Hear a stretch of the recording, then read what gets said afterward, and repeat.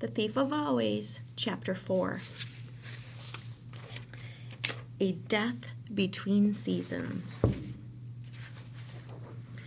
The sun came up to wake him soon after dawn. A straight white dart of light laid on his lids. He saw up with a start, wondering for a moment what bed this was, what room, what house.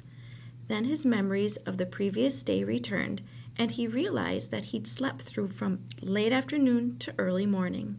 The rest had strengthened him. He felt energetic, and with a whoop of pleasure, he jumped out of bed and got dressed. The house was more welcoming than ever today. The flowers Mrs. Griffin had set on every table, and a sill singing with color. The front door stood open, and sliding down the gleaming banisters, Harvey raced out onto the porch to inspect the morning.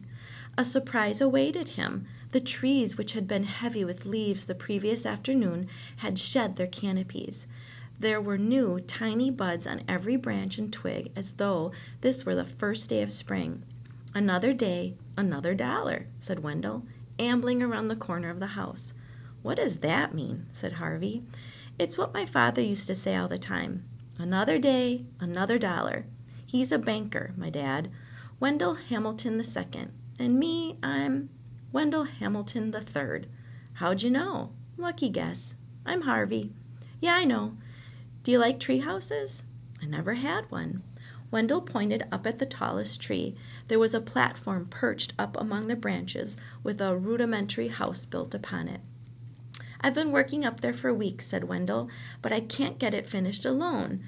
You want to help me?" "Sure, but I've got to eat something first." "Go eat. I'll be around." Harvey headed back inside and found Mrs. Griffin setting out a breakfast fit for a prince. There was a milk spilt on the floor and a cat with a tail hooked like a question mark lapping it up. "Clue Cat," he said. "Yes, indeed," Mrs. Griffin said fondly. "He's the wicked one." Clue Cat looked up as if he knew he was being talked about. Then he jumped up onto the table and searched among the plates of pancakes and waffles for something more to eat.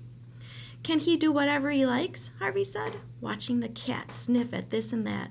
"I mean, does nobody control him?"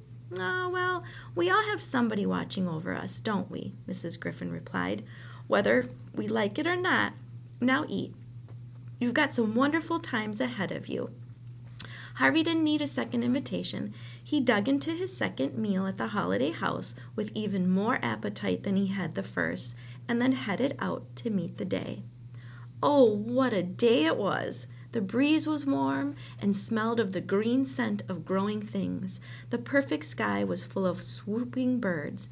He sauntered through the grass, his hands in his pockets, like the lord of all that surveyed, calling to Wendell as he approached the trees.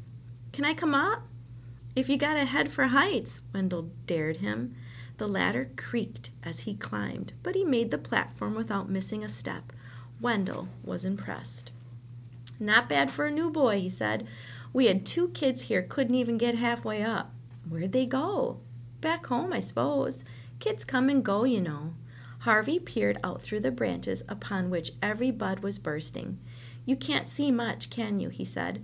"I mean, there's no sign of the town at all." "Who cares?" said Wendell. "It's just gray out there anyway."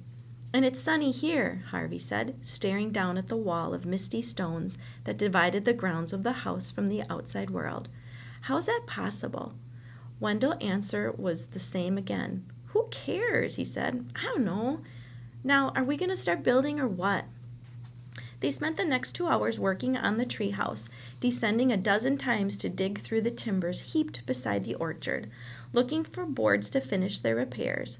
By noon, they'd not only found enough wood to fix the roof, but they had each found a friend.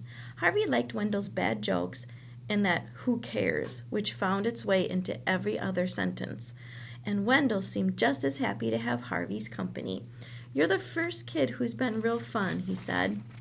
"What about Lulu?" "What about her?" "Isn't she any fun?" "She was okay when I first arrived," Wendell admitted. "I mean, she's been here months, so she kind of showed me the place.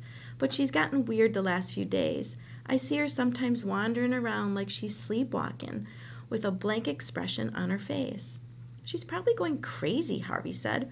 Her brain's turning to mush. Do you know about that stuff? Wendell wanted to know, his face lighting up with ghoulish delight. Sure I do, Harvey lied. My dad's a surgeon. Wendell was most impressed by this, and for the next few minutes listened in gaping envy as Harvey told him about all the operations he'd seen. Skulls sawn open, legs sawn off, feet sewn on where hands used to be, and a man with a boil on his behind that grew into a talking head. You swear, said Wendell. I swear, said Harvey. That's so cool. All this talk brought on a fierce hunger, and at Wendell's suggestion, they climbed down the ladder and wandered into the house to eat. What do you want to do this afternoon? He asked Harvey as they sat down at the table. It's going to be real hot. It always is. Is there anywhere we can swim? Wendell frowned. Well, yes, he said doubtfully. There's a lake around the other side of the house, but you won't like it much. Why not? The water's so deep you can't even see the bottom. Are there any fish? Oh, sure. Maybe we could catch some. Mrs. Griffin could cook 'em for us. At this, Mrs. Griffin, who was at the stove piling up a plate with onion rings, gave a little shout and dropped the plate. She turned to Harvey, her face ashen. You don't want to do that, she said. Why not? Harvey replied. I thought I could do whatever I wanted. Well, yeah, of course you can, she told him, but I wouldn't want you to get sick. The fish are poisonous, you see? Oh, said Harvey. Well, maybe we won't eat 'em after all. Look at this mess, Mrs. Griffin said, fussing to cover her confusion. I need a new apron. She hurried away to fetch one, leaving Harvey and Wendell to exchange puzzled looks. Now, I really have to see those fish, Harvey said. As he spoke, the ever-inquisitive Clue Cat jumped up onto the counter beside the stove, and before either of the boys could move to stop him, he had his paws up on the lid of one of the pans. Hey, get down, Harvey told him. The cat didn't care to take orders. He hoisted himself up onto the rim of the pan to sniff at its contents, his tail flicking back and forth. The next moment, disaster. The tail danced too close to one of the burners and burst into flames. Clue Cat yowled and tipped over the pan he was perched on. A wave of boiling water washed him off the top of the stove, and he fell to the ground in a smoking heap. Whether drowned, scalded, or incinerated, the end was the same. He hit the floor dead. The din brought Mrs. Griffin hurrying back. I think I'm going to go eat outside, Wendell said as the old woman appeared at the door.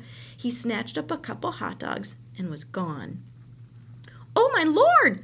Mrs. Griffin cried when she set eyes on the dead cat. Oh, you foolish thing!